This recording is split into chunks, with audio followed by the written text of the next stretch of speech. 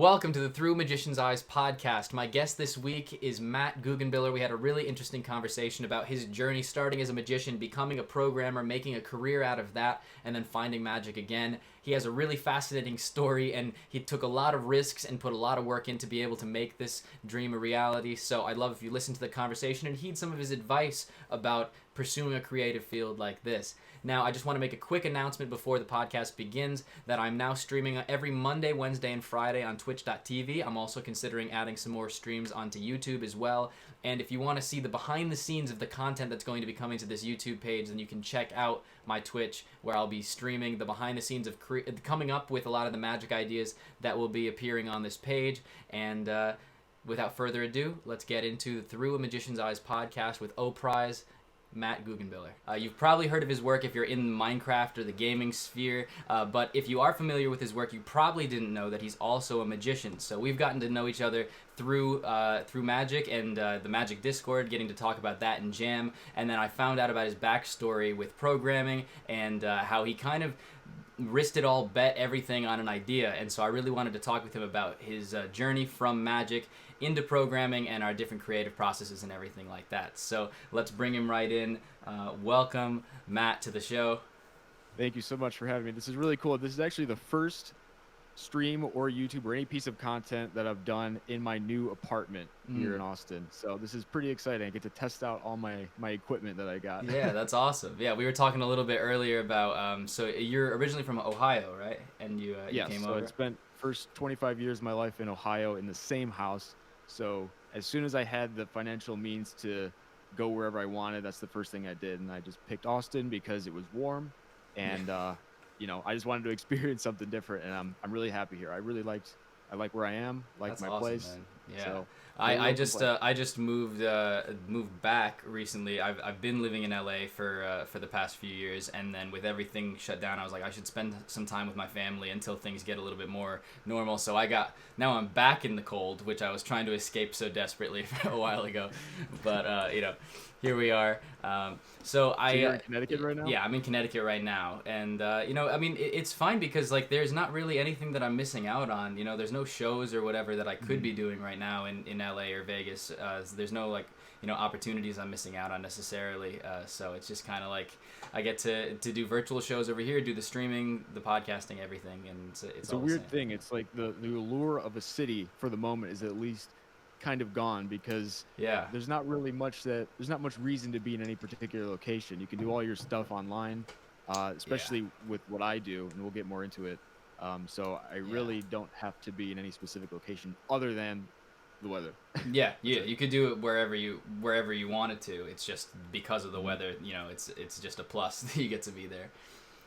Yeah, I think that right now things like it's good to just be able to focus on stuff like this virtually, like what we can do virtually, especially with like virtual shows and stuff. It's actually like a really fun kind of advent in the magic world. But before we get into that stuff, you started as a magician, so let's kind of just you mentioned that you're from Ohio. Let's go back to your background. What was it like growing up over in Ohio? Do you have siblings and stuff? Yeah, so I got an older sister. I got to be honest, I had a pretty good childhood. I have a lot of fun memories. My mom used to babysit kids at our place, so I always had like a stream of kids. All growing up, I always had friends and to hang out with, and I learned how to socialize pretty early on. Learned the kids that don't share are kind of jerks. You learn those things pretty early on. Yeah. And so I had a pretty good childhood in that respect. School was where I really started to try out magic. I saw Chris Angel do his building levitation in season 2, and that was something I had never seen before. We're older now, so we're able to sort of pick it apart a little bit. But at the time, I was totally convinced. You're a 10-year-old kid, you look at something like that, it sort of changes you because I was convinced that was real. Oh, dude, it was the same. Chris Angel was the first magic I ever saw, and I thought it was real when I was a little kid. And I was like, I'm just not concentrating hard enough. That's why I can't fly like him. His last name is Angel. Yeah, come on. His last name's Angel. That's why he can fly. That's it. He was born into it, right? Yes. So, in fact, when I looked into it, legitimately learning trying to learn how to levitate. You know, there's meditation and you gotta cross your legs. That's how he does it. He crosses his legs, like, you know, that's how it works. You know, I'm just not and crossing then them right.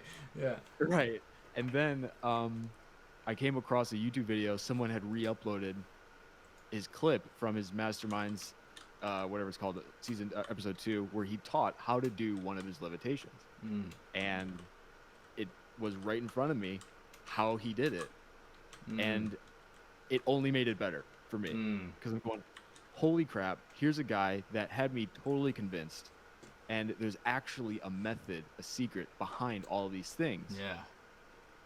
What ended up happening was everything else that he did, I was convinced that there was a method behind. That wasn't camera tricks and stooges. Yeah. I mean, now it's a little 50-50, but yeah. So as a kid looking at these things, I looked up every single magic thing he had ever done.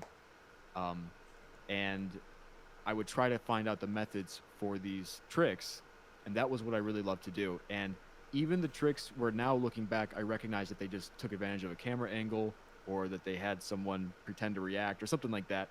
I still came up with potential methods for those effects.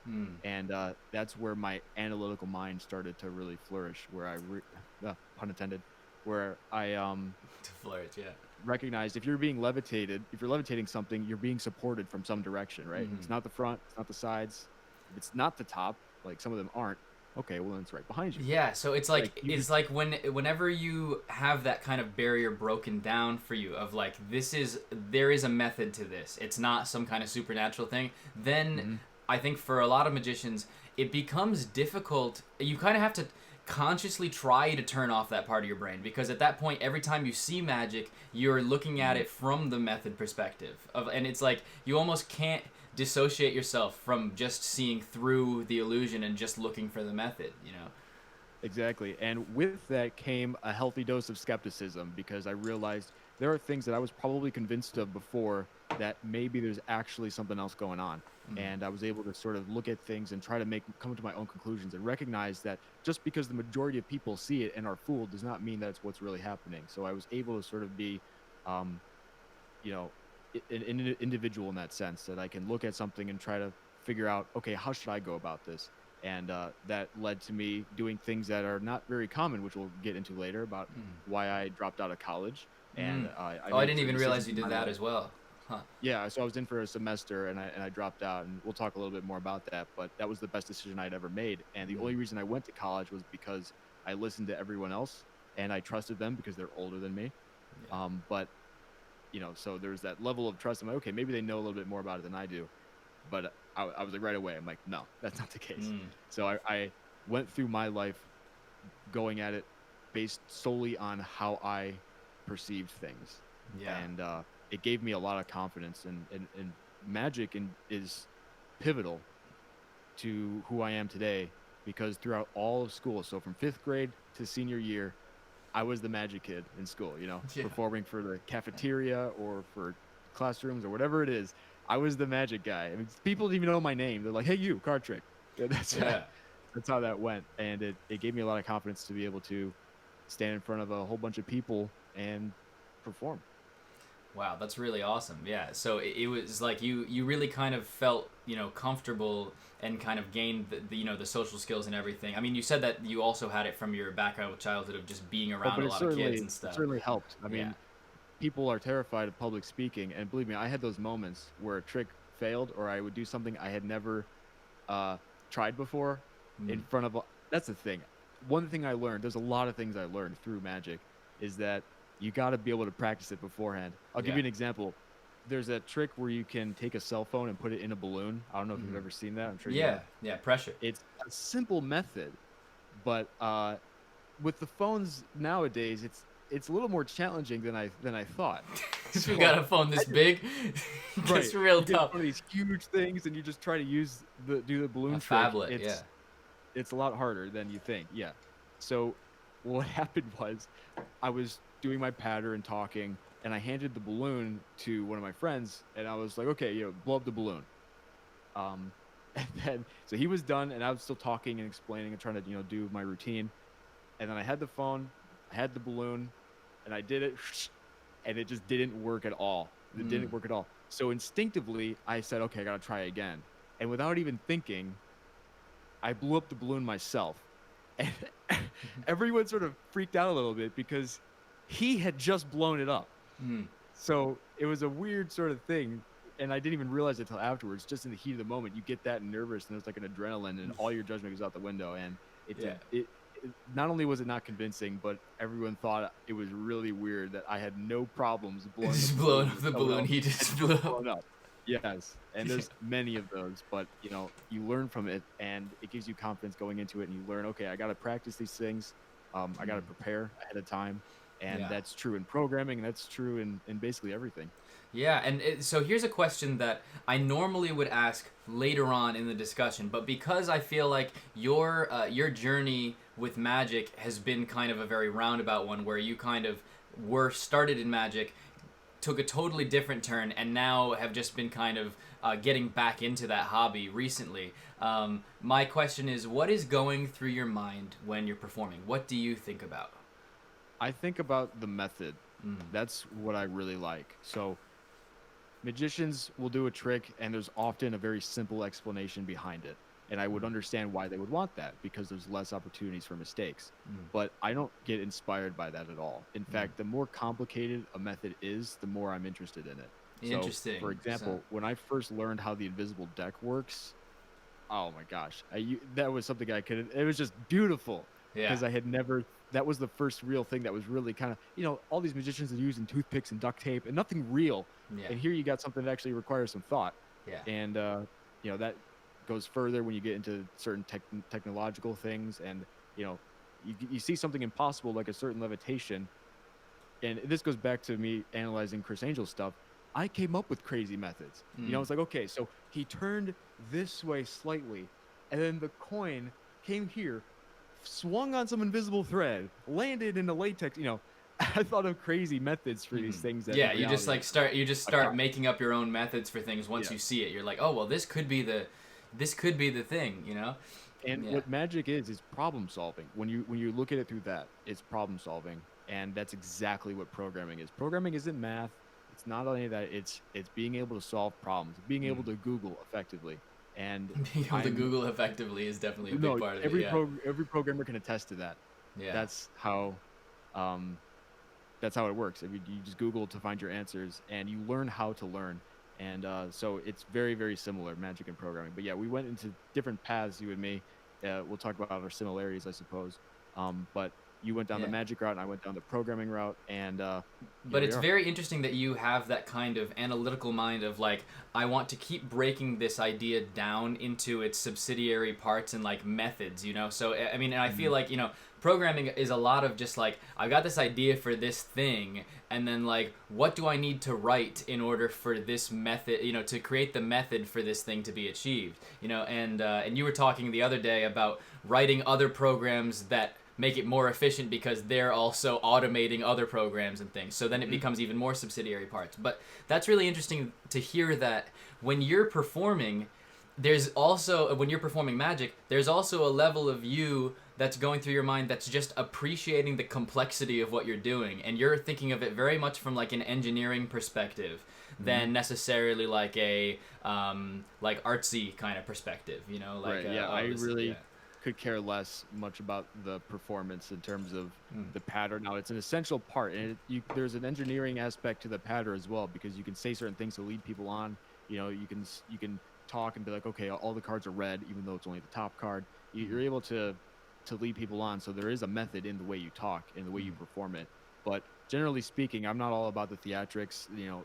I would never look at a stage show where like a traditional one with the boxes and the lights and the colors, and that's totally valid, and some people really like that stuff. But for me, I'm more interested in something that I've never seen before and trying to figure out how it works. Yeah, just like working on creating that method and like building up, something. It's very much it's the same kind of mind as like an engineer, of like trying to solve a problem, and I feel for me it's interesting because there is the element of solving problems in a just kind of very spur of the moment, inspirational, like intuitive way. And sometimes that's what happens with magic creation, is that you just get this idea out of nowhere and it becomes this kind of like gift or whatever. But at the same time, I feel as though for me, I use a lot.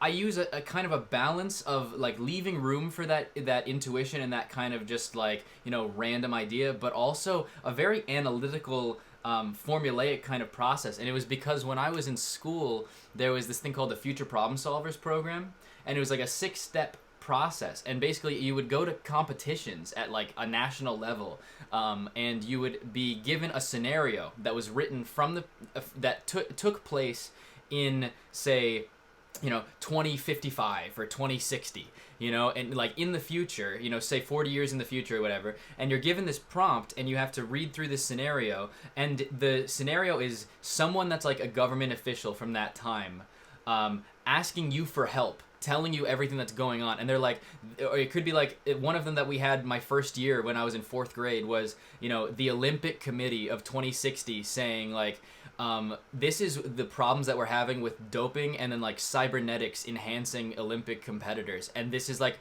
our question to you, future problem solver. Can you like help us to solve this? And there's like a 6-step process of like, step 1, you list all of the problems that you can think of that are in that scenario, and then step 2 is you kind of define what is the underlying problem, like the main one that you want to solve. And then 3, you just throw out a million different solutions, any solution that you can think of to that underlying problem. And then step 4 is you're making criteria for what makes a good solution.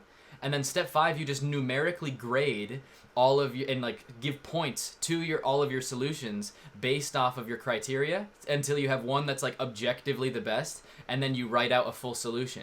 And by the end of this, you've like effectively solved this problem for this guy in the future. And like, I think being a part of that program when I was in 4th grade onwards and trying to compete in that trained my mind to approach solving problems in a different way, of like, kind of that backwards approach of like, what is the big problem, and now I'm going to just try and work backwards to find a method. And I feel like there's so many similarities with that, and I know that that's something I use a lot when I'm trying to create magic. And I feel like when you were talking to me about your universal Minecraft converter, it's like you had this big grandiose idea of like, I'm going to do something that nobody else has even attempted because it's way too large of a scope, and I'm going to then work backwards from this big idea and then find out as much as I can in research to be able to make that possible. So I'd love to hear like your process with creating. Yeah, so here's the thing: you can't just go on Google and look up how to make a universal Minecraft converter.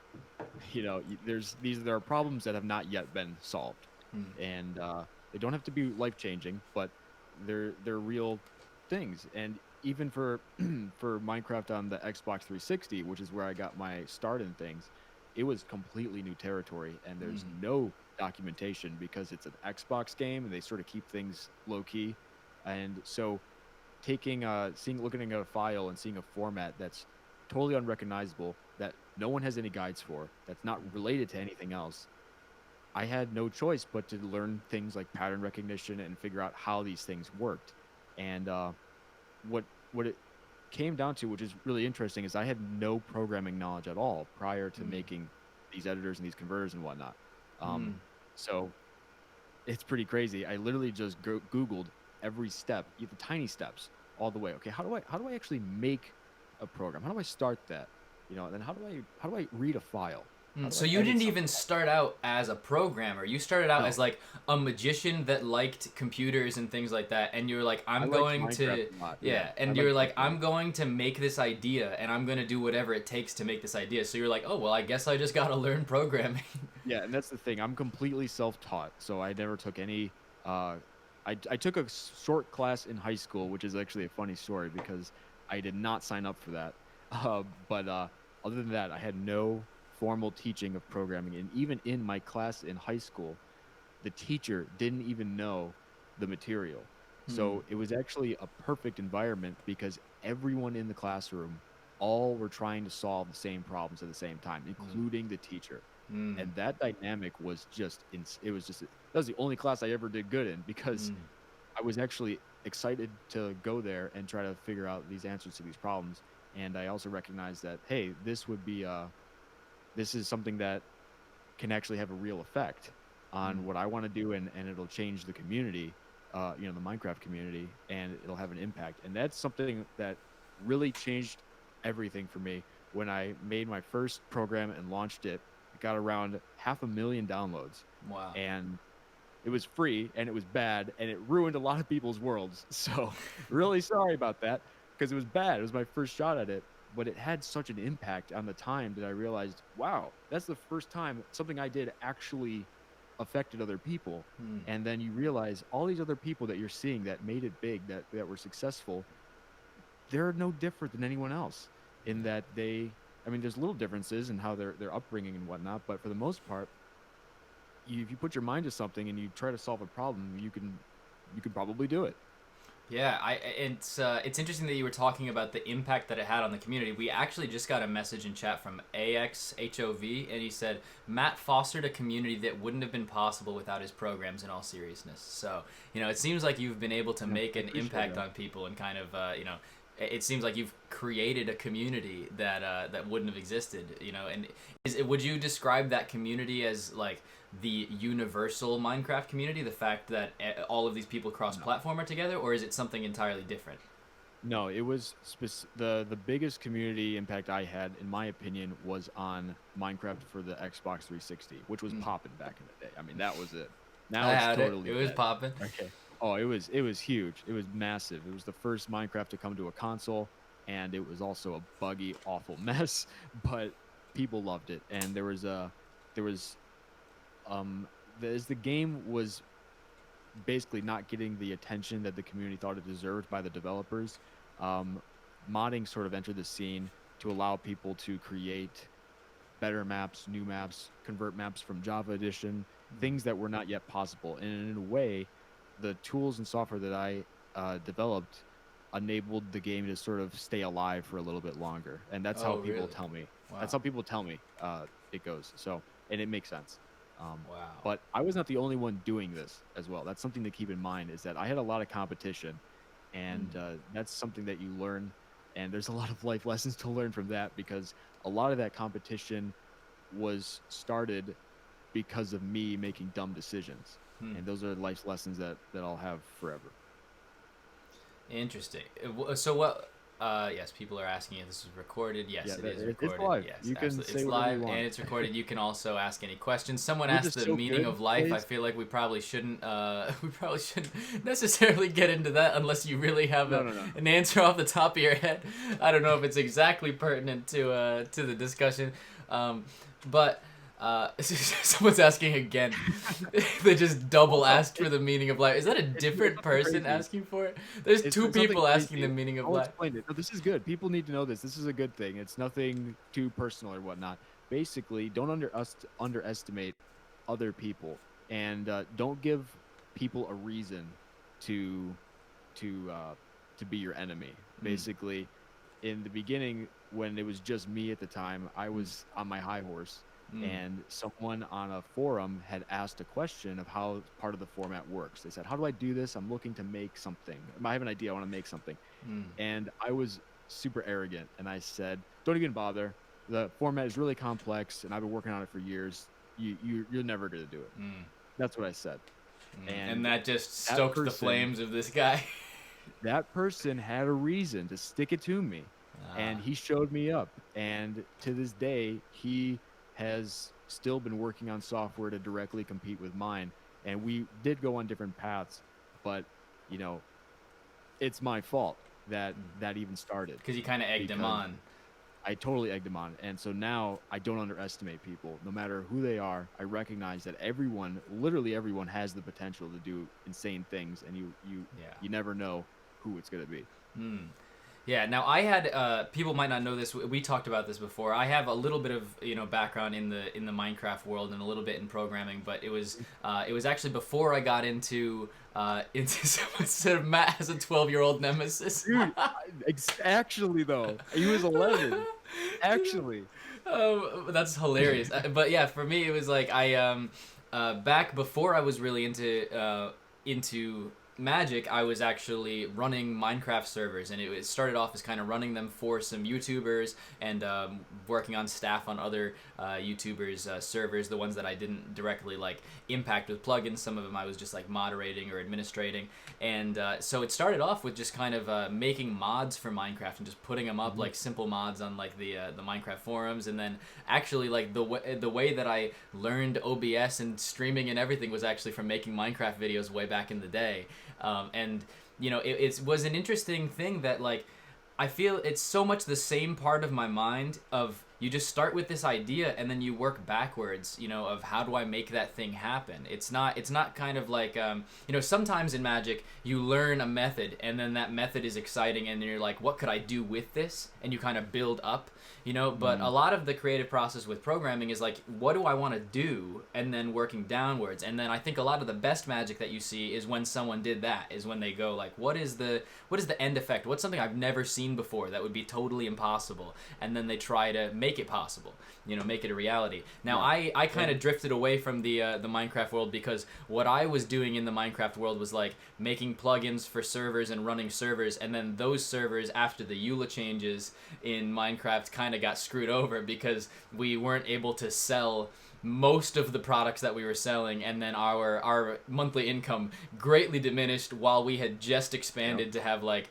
way more Bungie servers. So it was like we're paying for 1 million servers, and then and then we find out that like, oh, you know, the company that makes Minecraft, Mojang, how do you say it?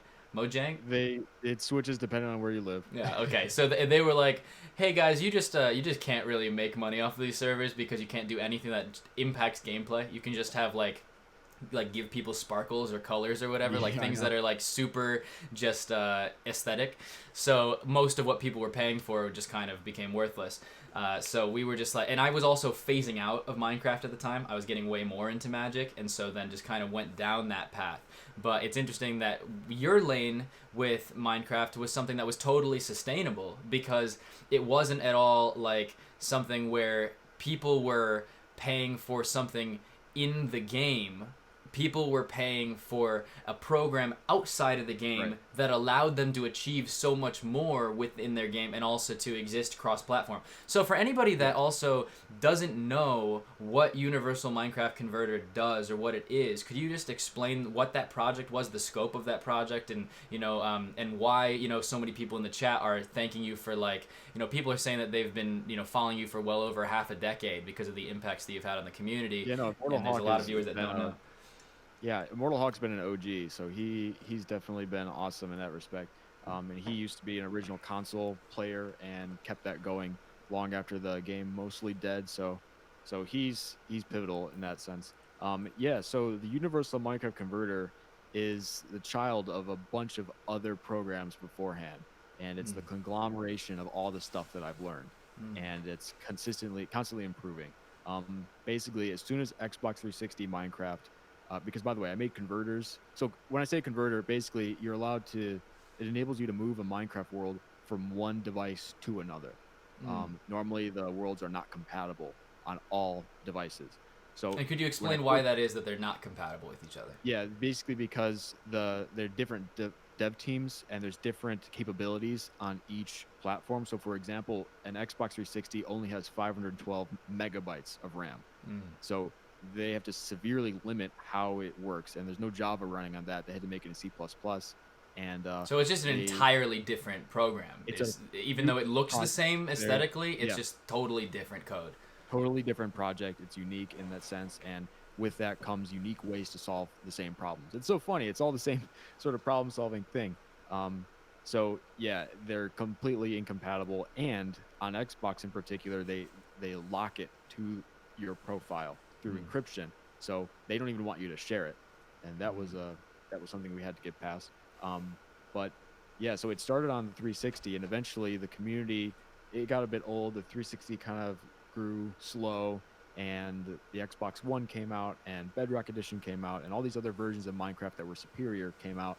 And so I recognized that the market is now shifting away from console towards Bedrock Edition, Java Edition. So I started focusing on working on those, and that's when Universal came up, because no one was doing that. There was no program. There still is no program, no single program that can do this for all editions. You can get pieces and parts, but nothing in all-in-one program.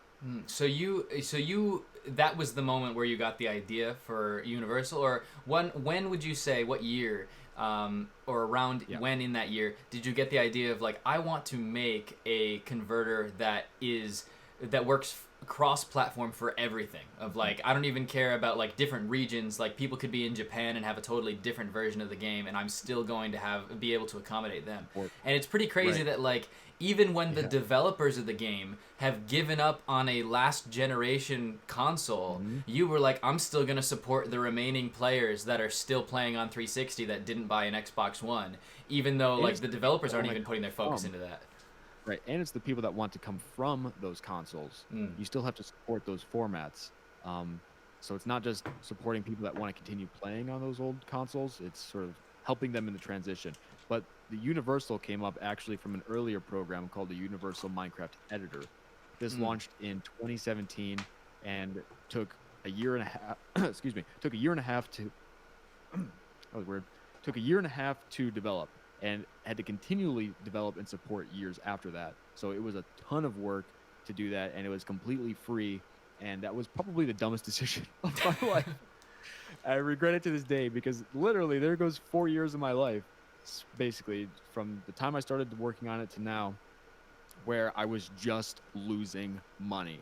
I was working to lose money, and Because it was a free program and you yeah, were continually working to update it and like spending so many hours to update this thing, but and also it's not even you good. You had have to to remake you it had to again. pay money, right, in order to be able to upkeep Yeah. this thing and to keep the Uh-huh. servers running for the program, and people are getting it for free. So it's like there's no it was a very uneven No, transaction for you. literally nothing. I tried making a course, and that actually broke even, which is nice. But that was a shot in the dark, and that took me longer than it should have. Basically, teaching people how to use the editor, but it was only for console edition because that's what I knew. And but at the time it was done, no one cared about console edition anymore. So there was a lot of mistakes made along the way, and yeah, but it was a learning lesson, and I recognized that you know people generally online when they work on stuff and they just release it for free, you don't realize the value that that stuff actually has for some people, even if it's just convenience.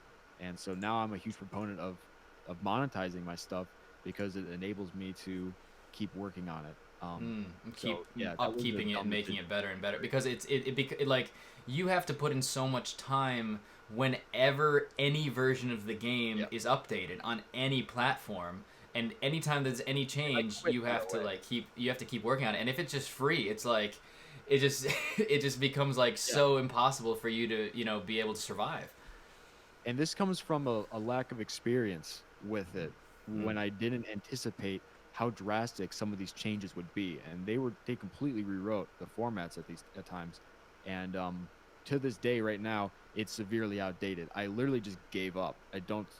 You go to edit your inventory and none of the blocks after aquatic edition are listed, and I've just accepted that. So I plan on I'm considering remaking it from scratch with some sort of monetization policy, just because the old one was such a stupid decision.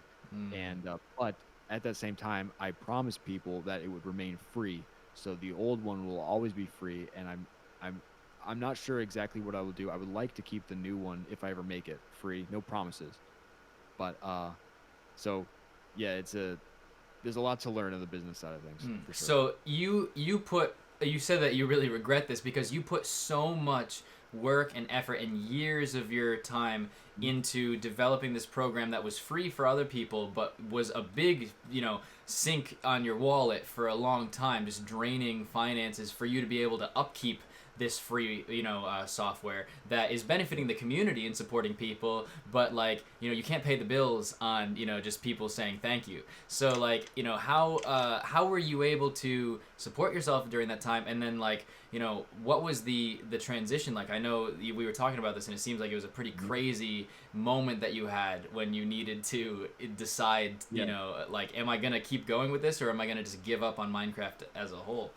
Right. So this is where everything changed, and this is probably why I'm in this call right now with you, because and this is where we get into the transition of what my life was before the universal minecart converter and after, and how it's affected me. So I was still living with my parents, with my mom, throughout that time, and that was insane that she let me freeload basically that whole time, Mm. because my sister had done the traditional route, college, straight A's, the whole deal, and so they had no problem supporting her doing that. She's 4 years older than me, for context.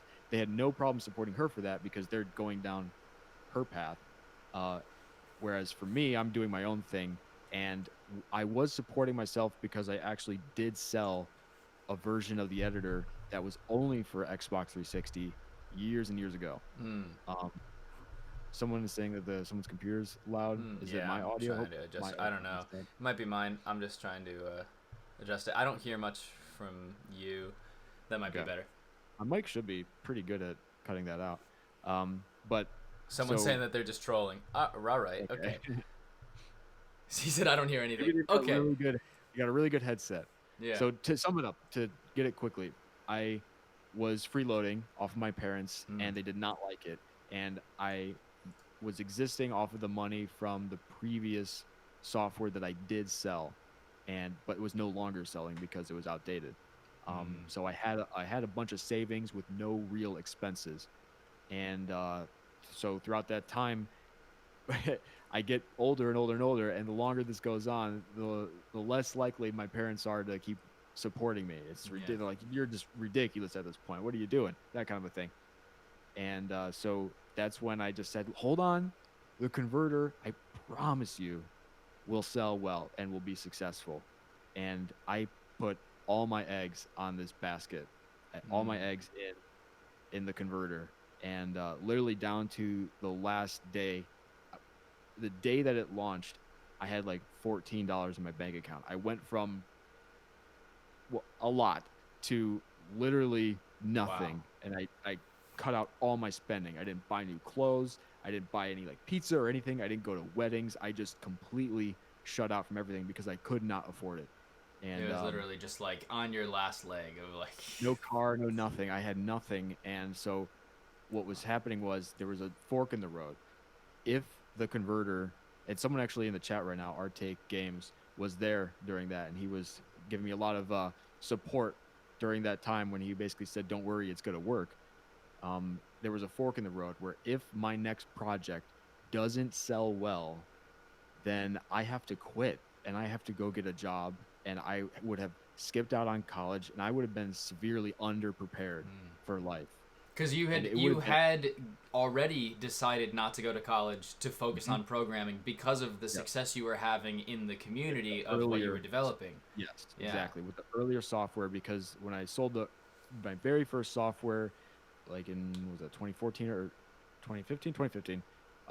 It was successful. So, and it's actually, my parents did not support it. In fact, my mom to this day called it lucky. So she doesn't recognize any of the work I put into it. It was just a stroke of luck to them. I can't blame them so much. They don't really understand it, but it was just a stroke of luck. And I can't necessarily blame them because I didn't make any money for years after that, you know?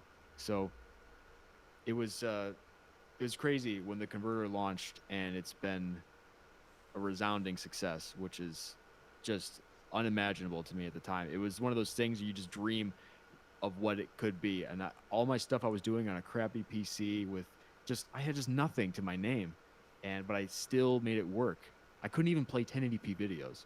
Yeah. Like, my stuff was that bad. Mm. And I made all of it, all the converter, everything on that old system with nothing to my name. And it's like you're just kind of like hoping that you had gone over every possible thing that could go wrong, right? Because it's like in this situation where you're like no money, like just hoping that this program works, because if there's one bug that somebody has, that could be like a couple forum posts of people saying that the program's trash, and now now nobody's gonna want to get it. Like, when it's free, you're allowed to have bugs, is how I view it. When it's paid, it's unacceptable for the most part. And then usually what happens, if someone has a bug report, they'll email me, and if I can't solve it quickly, then I would process a refund. That's Mm, typically what I do. I don't have a set in stone refund policy because people do take advantage of that. People are crazy. yeah. Um, but yeah, it's there's a when as soon as you're selling something, and I'm sure you've experienced this because you sell your magic like Hmm. double agent on Theory 11, which everyone should get. It's awesome, and I got it, and it's really cool. Thanks, man. And yeah, no, seriously, that's seriously impressive. And you did it on Fool Us, so it's changed. I know so many people. You've built a community just off of that stuff. Um, there was another level of quality that you had to pass because you're selling the thing, right? Hmm. Yeah. So it's that sort of a thing for sure. Yeah. Yeah, and that was something that like when it first came out, just watching, I was just reading for. I mean, I still read every single review that's posted on Theory 11. Like, I'm just trying to watch and just see like.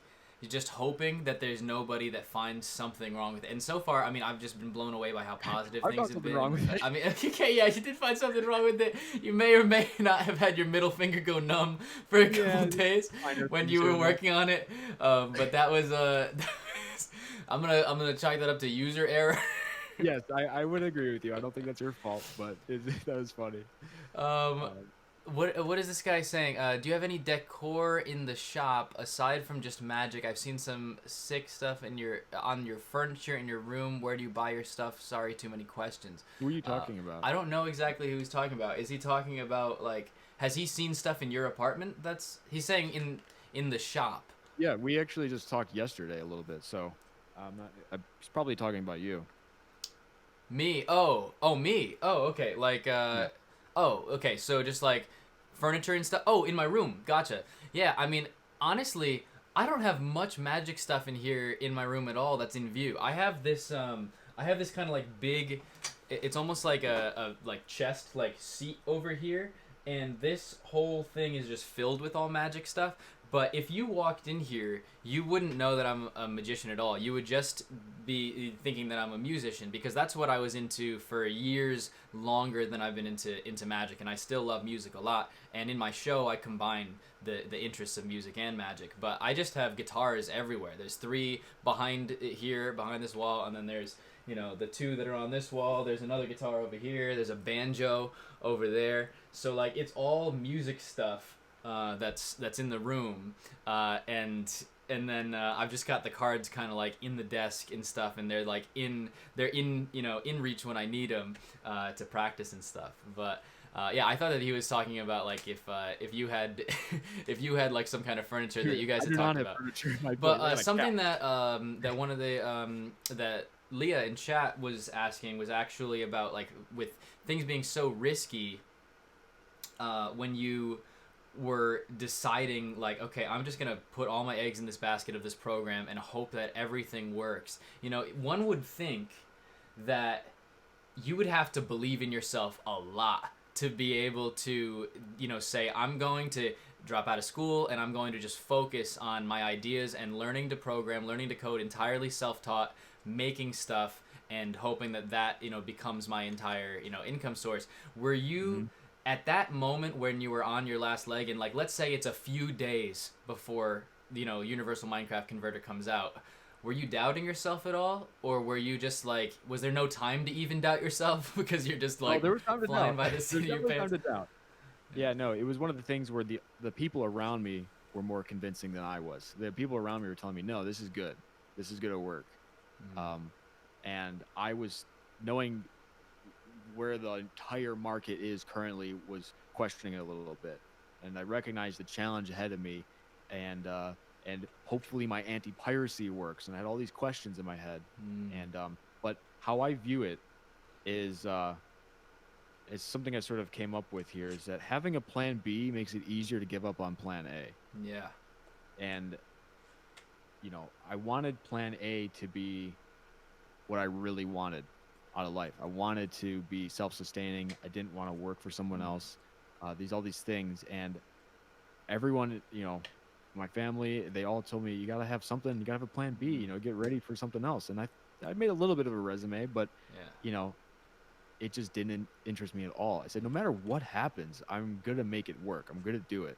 And even when my stuff failed, even when I lost money, and I've been through all that stuff, and even with competition and piracy and all this stuff, it just didn't matter to me because going back to Chris Angel here, it's the same deal. Is he says, anything you put your mind to, you can do it.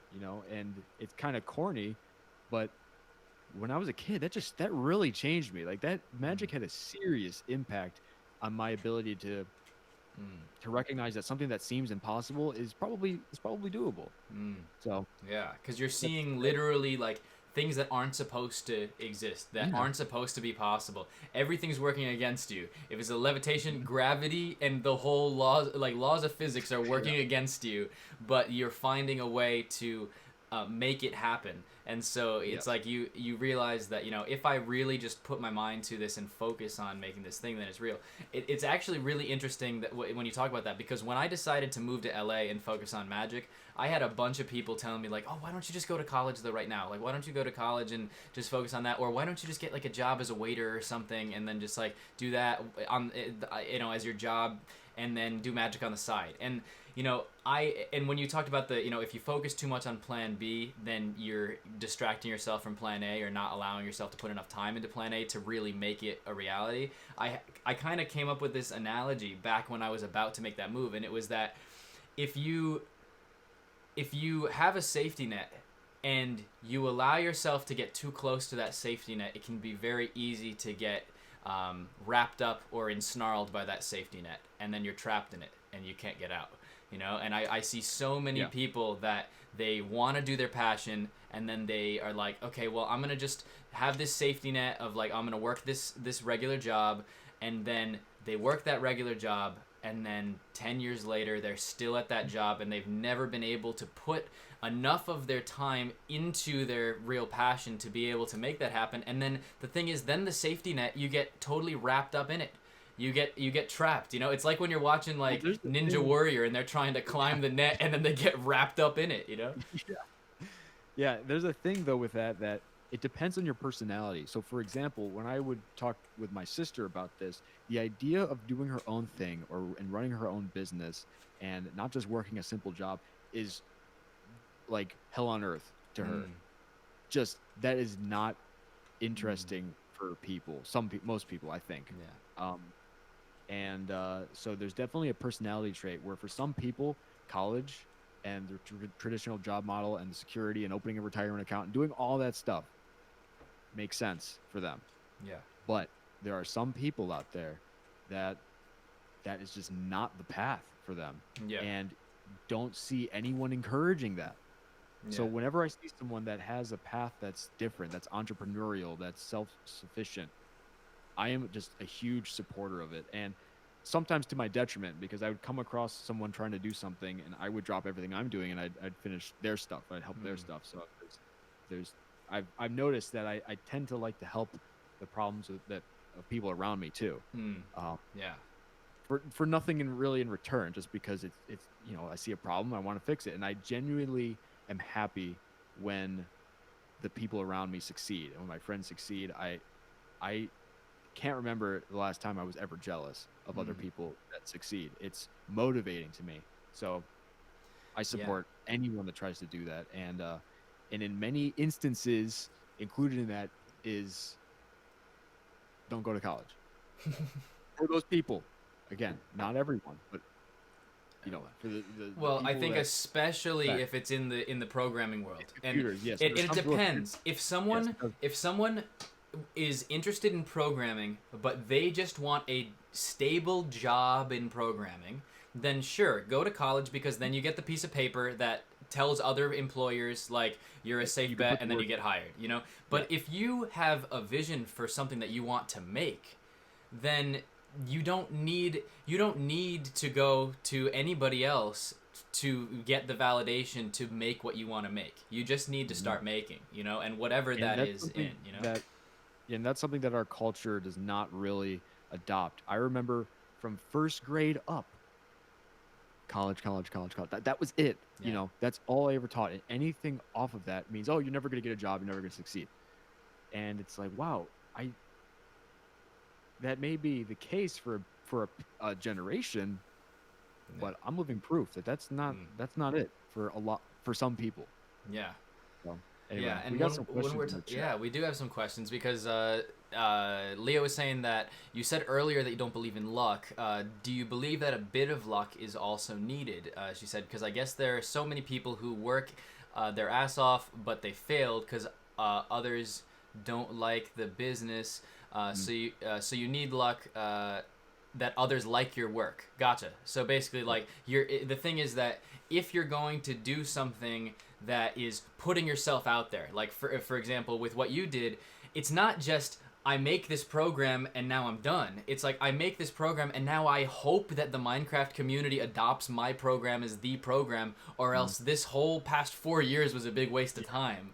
So it's like when you do something that requires the validation of other people, do you think that that's luck, or do you think that there's a certain level of like, if I just put the work into fostering that community, then the community will then want to pay me back? Right. So I want to clarify a little bit here. He says when I don't believe in luck, I mean it as I don't believe it's like an actual thing. So, for example, karma. I don't believe in karma. I used to, but I sort of have recognized, I take an analytical, where is it? Go find me luck. It's not really a tangible thing. Mm-hmm. It's more of an idea. And I'm someone that believes that free will doesn't exist, that we live in a deterministic universe. So Interesting. the concept of that doesn't even make sense to the concept of luck in that sense doesn't even make sense to me. If anything, it's just chance, Mm. and you can weigh your options and and make decisions based on the chance that something works. So in you know, yes, I could say that there's luck in like the traditional sense of it, but So for you, it's more I probability. get It's I get like you seriously. kind of position yourself to have the highest probability of success Yes. rather than it Yes. being. Always try to improve your chances. And with that comes preparation, is one thing I've learned that's super important with programming, because you'll make something and then when you're done coding it, you realize, oh, I should not have done it like this. And you have to go back and rewrite it. And I can't tell you how many times I have to rewrite things. And so part of programming and learning is trying to understand the problems that you are going to face before you even have faced them. And that translates into more than programming. I'd be trying to fix something at the house, and I would prepare and say, okay, well, if you do this, then the wire won't go here. And it's I've noticed my problem solving ability has just changed drastically after being a programmer and a magician. Mm. Now, with that point about determinism and the idea of things being predestined, I'm curious, because there's also the fact that you needed to put the work in, and this your success that you now have is entirely based upon you taking the time to put that work in. So I'm just curious about like your definition when you talk about determinism and things being like kind of Yeah. predestined, when it's like I feel as though a lot of people, when they usually adopt the idea of everything's predestined, they have kind of a laissez-faire, way of going through life of like, things are predestined. So like, I'm just gonna let things happen, and the opportunities will come to me that will come to me. Yeah. But for you, it was you created your own opportunities by starting with an idea and then making that idea a reality. So it's like if you had just kind of waited for things to happen, I'm sure you wouldn't be in the spot that you are now. So like So I'm not at all still trying to discredit deterministic what you're though. saying or to No, argue no. with it. I'm just curious. I would love to hear your Right. definition of that. So my definition of determinism is more so not like destiny or anything like that. It's Mm. much more like just a recognition of the physical laws of the universe, and the fact that even the thoughts I'm having at the molecular level are just interactions between atoms, and Mm. I don't know, it you really don't control what thought comes into your head next. You Mm. think you have a choice, but what made you ultimately decide something? Mm. You don't really have control over it, and that gets really deep, and there's thought experiments you can run that sort of reveals to people and it's hard to admit because our ego uh, doesn't like that. We like to think that we have control over our world, but um, even in that situation that you've outlined, where I recognize that I worked and all that, that is still been deterministic because I don't know what caused me to think like that at the time. So it's a kind of sequence like of you events. are the product of nature and nurture and your environment. You're the product of everything that has made you you, and your parents were the product of everything that made them them. And so the decisions that they're making are simply based off of the the world like landscape that has been mapped out in their mind, and it's Go just down kind of even a smaller. firing of neural networks. It's a firing of synapses that happens in their brain that makes them make the decision that they have. So, it's not necessarily a thing of like a person consciously saying, I am going to have an idea right now that is going to change the face of the Minecraft community. It's more like you get the idea that comes from somewhere, Like, and then think about it like you this. have this drive that makes you feel like you need to do it. Yeah, so think about it like this. Sam Harris has a quick thought experiment. If you just think of some cities and pick a city that, maybe I won't guess so easily. But just get some cities in your mind and just think of them. Now you're probably going through a list of cities in your head that you don't really know why you thought of them. I mean, yes, you know the cities, but what made you think of those cities? Were you thinking of Cairo, for example? Probably not, but you know of Cairo. So why did that pop into your mind? Your experience of hearing your thoughts come in live is the exact same experience as if you were just sitting there and someone was reading you a list. We don't really know where our thoughts are coming from because at the end of the day, down to the quantum level, it's just interactions between quarks and particles in the universe, as far as we can tell. And there are some people that say, well, maybe it's random because a lot of quantum mechanics introduces a randomness.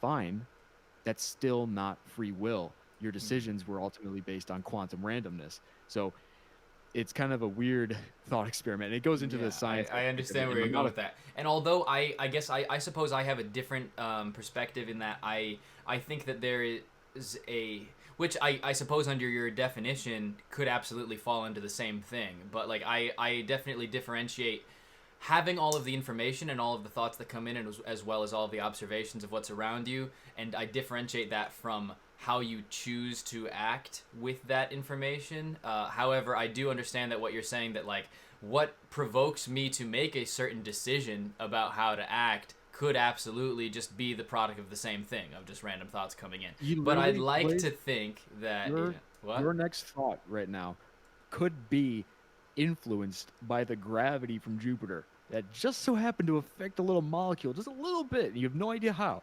It's this Yeah. weird kind of thing of the right photons hit you, and something goes different. And it's Yeah. as far as However, I think that it's important to live as though one has free will, regardless, because I feel like we need to live in a way where we choose to make what we feel is the right or moral or ethical choice. Mhm. Yeah, Because because then you get into otherwise it can get very yeah, nihilistic very it quickly. can. Yes, it can. So like that's why I even though I absolutely understand that like your perspective absolutely could be just how things are, and from a lot of a scientific perspective of just the way that neural networks work and the randomness of the firing of those synapses, it totally could be, but I Mhm. like to live my life as though I have free choice, You free have will, and to. that I have to choose the right thing, because Yeah. otherwise I just go crazy. Right, but guess what? Your decision to think and act that way was also determined. Okay, Mm-hmm. so it's never ending. So yeah, you can choose. Okay, I'm gonna choose to live like I have free will, but why did I decide that? You know, it gets pretty crazy. But I think it's also down to the fact that we're humans, and just nature of the human brain and the human condition is that you know we have no choice but to live as if we had free will, because otherwise you get into some crazy problems with personal responsibility and who really Yeah. committed the crime, and it gets crazy. All that stuff. Yeah, yeah. And then the fact that also so much of our lives is just kind of determined by our limbic system, not our prefrontal cortex. And it's just like urges or wants or just things of like, I want food good now. And then you just do, it's like that. It becomes a Hmm. very like reptilian part of your brain that impacts so much of how we act and live. And it's not from any kind of computational like moral evaluation. It's just like, this is what I feel I should do. And the thing is that in order to progress, we have to rely on that system too when it comes to intuition. It's like we have to go like, this feels right. And bringing it back from less of a metaphysical level to more of a practical level,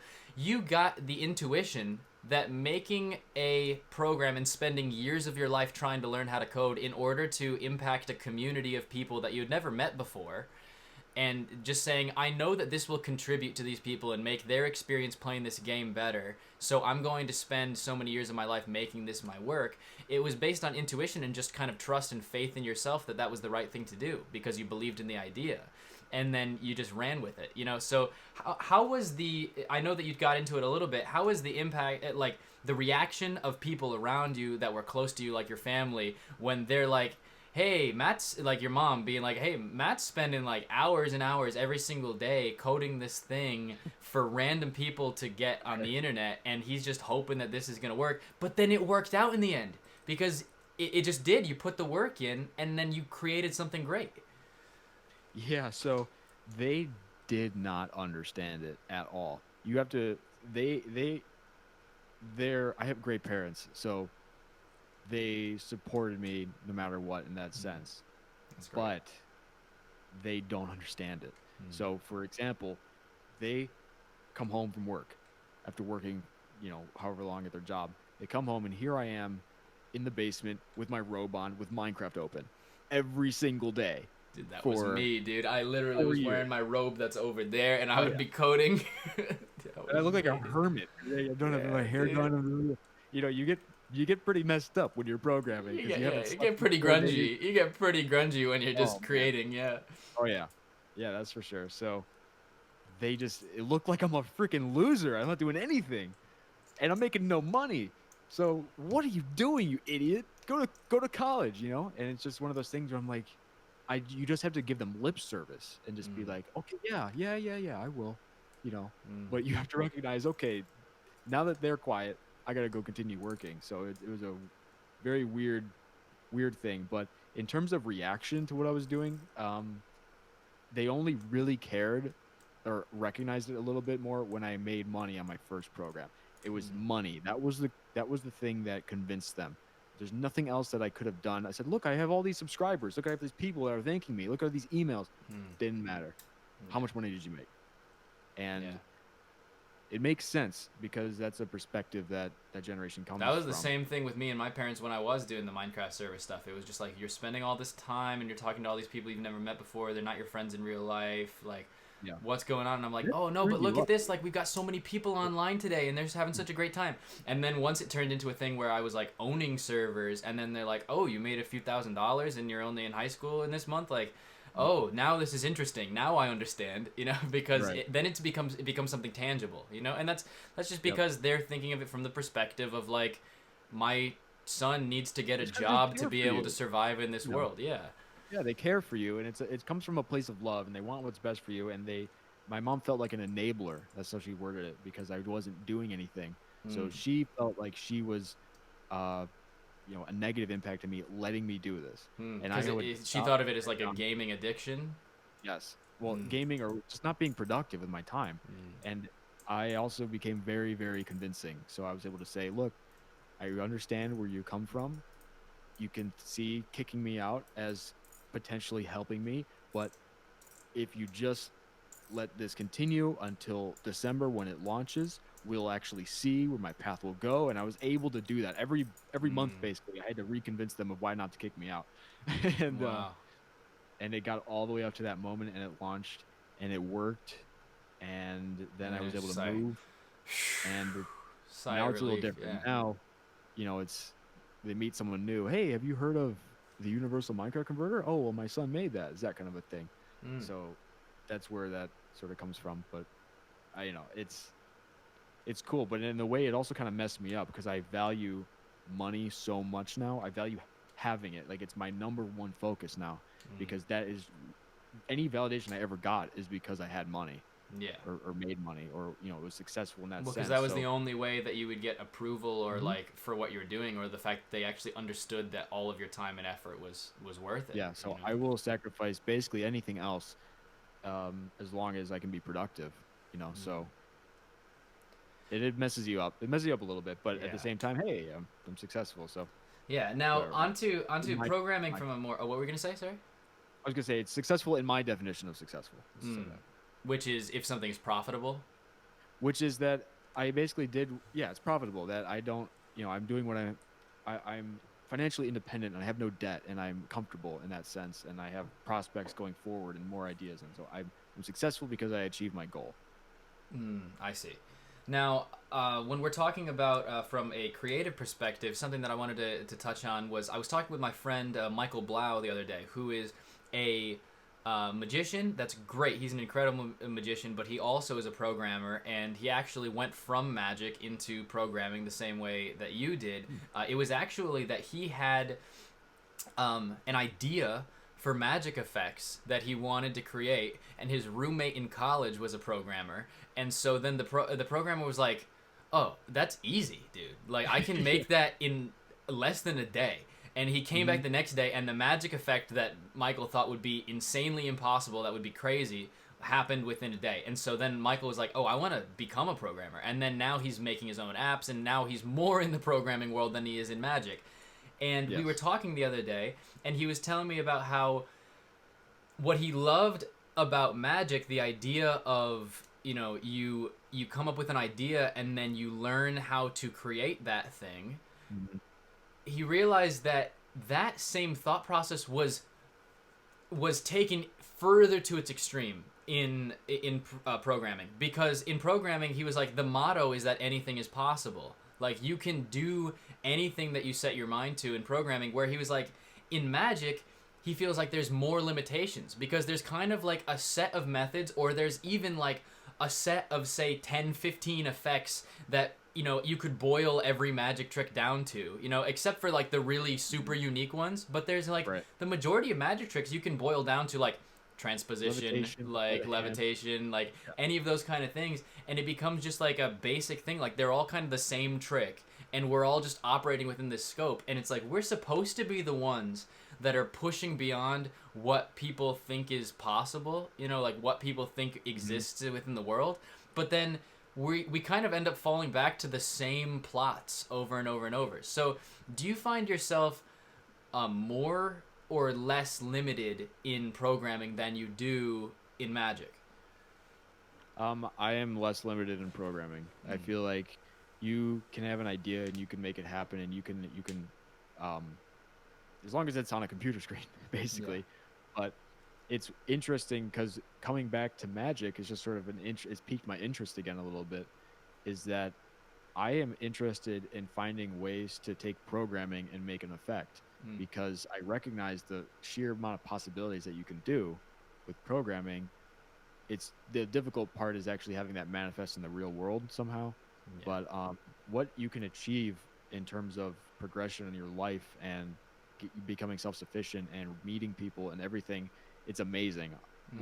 what we have at our fingertips. And I don't think people understand that if you're just even a little bit above average at computers, you have a serious market for people out there. Yeah. It's pretty crazy. There's no excuse, in my opinion, to be able to make it on a computer if you Mm. really put in the work.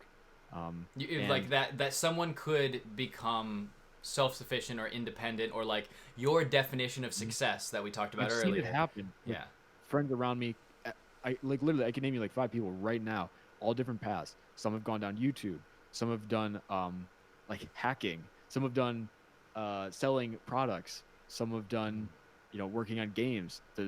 I've seen it constantly around me and me as well. And it all starts from the same thing. We just don't know what we're doing, and then we just bumble around a little bit, and then boom, it happens. Yeah. It's pretty freaking cool. Mm. And a lot of times it's a mistake, but in every instance all these people had the same thing. They were going to go to school for computer science and they dropped out, and they Yeah. recognized that. I mean, I don't want to toot my own horn too much, but I have DMs from people that are like, thank you so much. This guy, he had no idea. He was 17 years old, no idea what he wanted to do with his life, Mm. and he was thinking about going to college for computers, whatever. And he just asked me, and I said, why don't you? I said, well, what are you good at? He goes, well, I'm good at hacking stuff. I said, okay, why don't you start selling like jailbroken Amazon Fire Sticks or Mm. something? Create a store. It'll take you a week. I promise you. It's super simple. And just get it up there. 2 weeks later, he sent me a screenshot. He made $14,000. Mm. And he said that Wow. you changed everything for me. So he had that, he ran it for a year, and then he went back to college completely debt free, got all this stuff that he wanted, and now he runs a cybersecurity firm. It's like, Wow, holy that's shit. amazing, dude. That's great. So And it it's was one of just those. like he just needed to take what he was already interested in, passionate about, and turn it into something that was It's actually a just one of those business. things where they don't realize that it doesn't take much to sell a product, to figure out how to sell it. I mean, there's lots of challenges. There's things you learn. So you learn how to market and deal with competition and taxes, and there's a lot of work in that sense. But the pathway is clear. The Mm. solution is there, and you know, the resources to figure it out are readily available online. Whereas with college, they're not really trying to teach you stuff. Mm. They're trying to get you, in my opinion, trying to get you into debt. A little bit, yeah, A yeah. little bit. It That's very depends. It true. depends. I don't want It's to be very that kind true. of person It that's no, just it blanket. is very true. Yeah, and people were so surprised when I decided not to go to college, when I had put all of my eggs in the academics basket and was Mhm. then just doing my passions, my actual like things that I really loved with performing and in creating magic on the side, and was trying to be valedictorian and trying to be able to go to MIT was like the big goal that I had, and then it just all changed because I found myself doing more and more performing, people finding out about me locally or in, I was from Connecticut, people finding out in Massachusetts, somehow that I did magic and then booking me for parties and things. And then I was like, I love this so much. I would rather put the work in to make this my life than, end up behind a desk, with like a regular job, even though I thought that that was what I was going to be doing for so long. And we got a question about, how to find your passion, how exactly to find your passion. Mhm. If I were to think about this, I think it's a bit of learning from your past and bargaining with your future and enacting that in the present. And what I mean is like you basically try a bunch of stuff and then you think back to everything that you've done so far in the past, all the things that you've tried, and you find what did you love the most and what is it that you could see yourself in the future doing, for the rest of your life. And then you try to visualize a future of what you would want for yourself. What is the future that you'd like? And then you just create a plan for how can I take what I love the most or what I could see myself doing for the rest of my life, what I really want to do, and then how could I work as hard as I can in the present moment to build that future for myself using the tools that I have with this thing that I'm really passionate about. So for me, it was magic, and I tried to visualize goals that I had for magic and how I could possibly make a progression in magic that would be able to get me there, and like what would a career in magic look like, and trying to do that, and transitioning from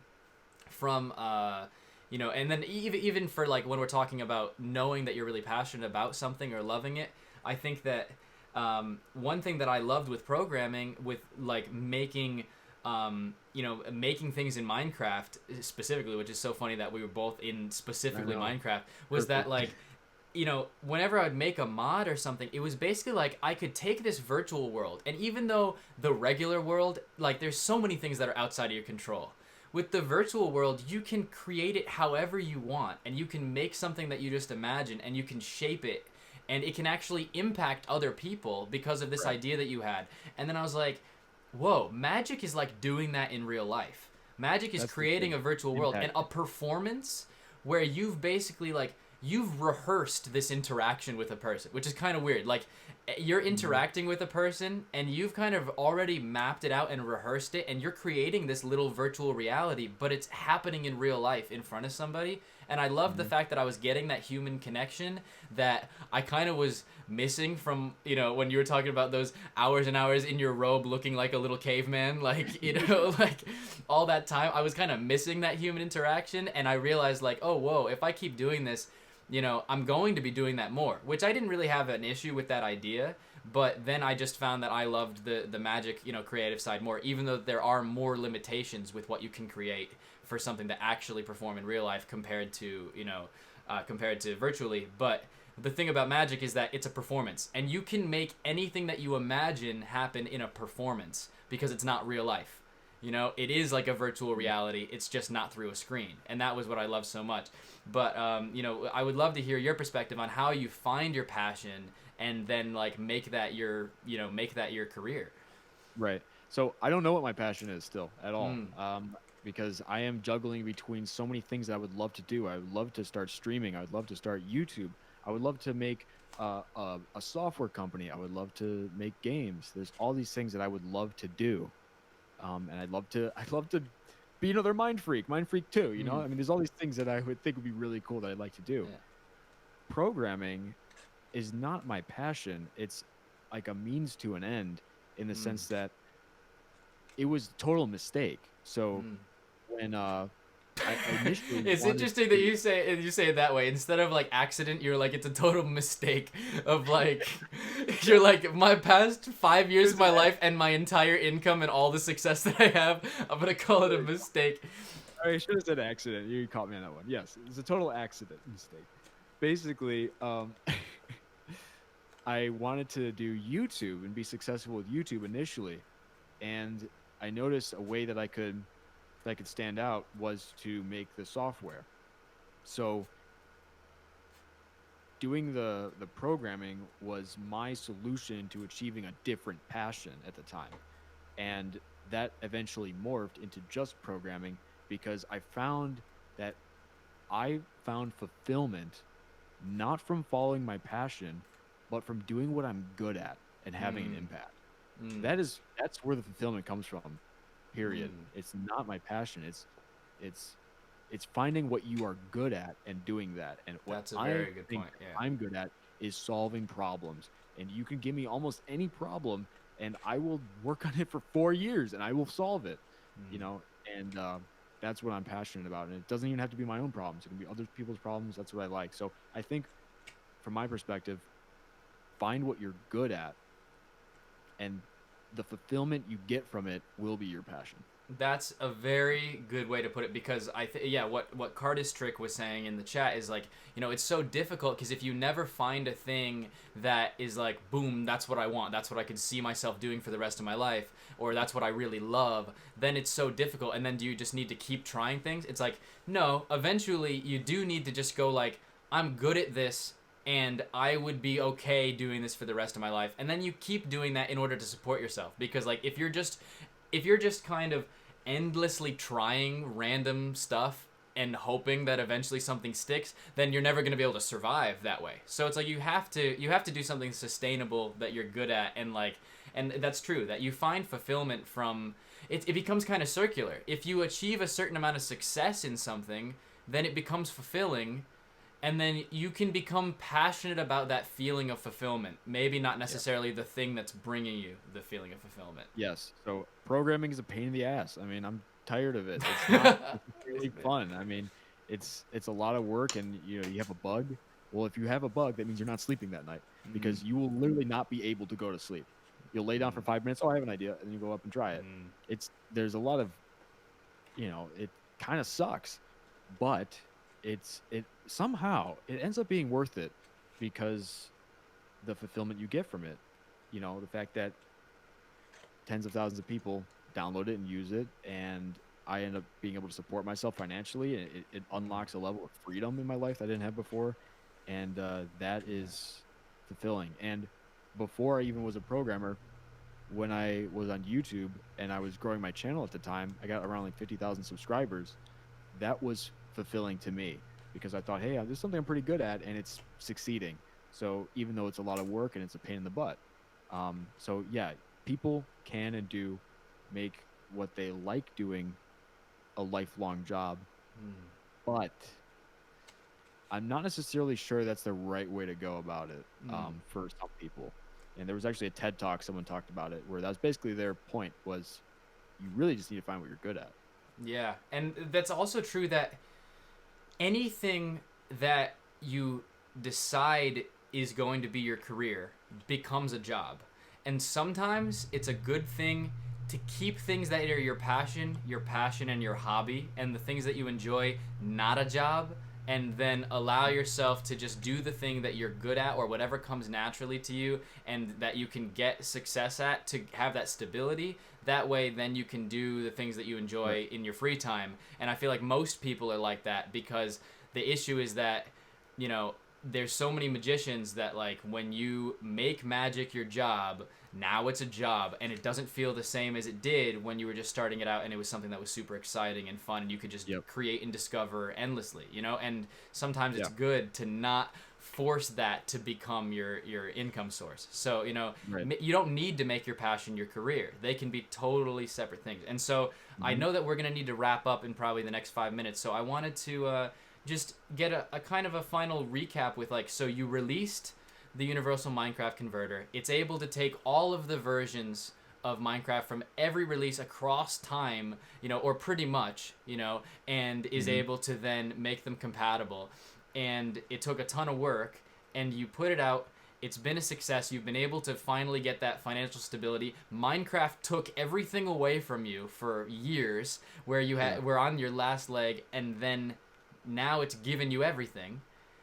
Mhm. So now how did we get to today? You know, where are things at? Where do you finally feel that, you know, that stability where you don't feel like you're chasing after something? What is the next horizon for Yeah. you? You know, I'd love to hear where you're at now and how we got to Amazing. now.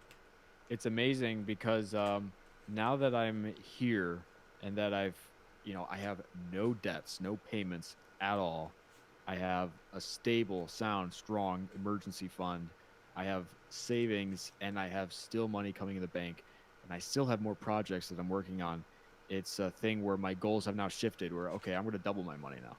Mm, It's literally just shifted. It's upgrade, constantly upgrading what I do because now I have proof that I can do it. So why not just sky's the limit and just think about how far I can mm, go.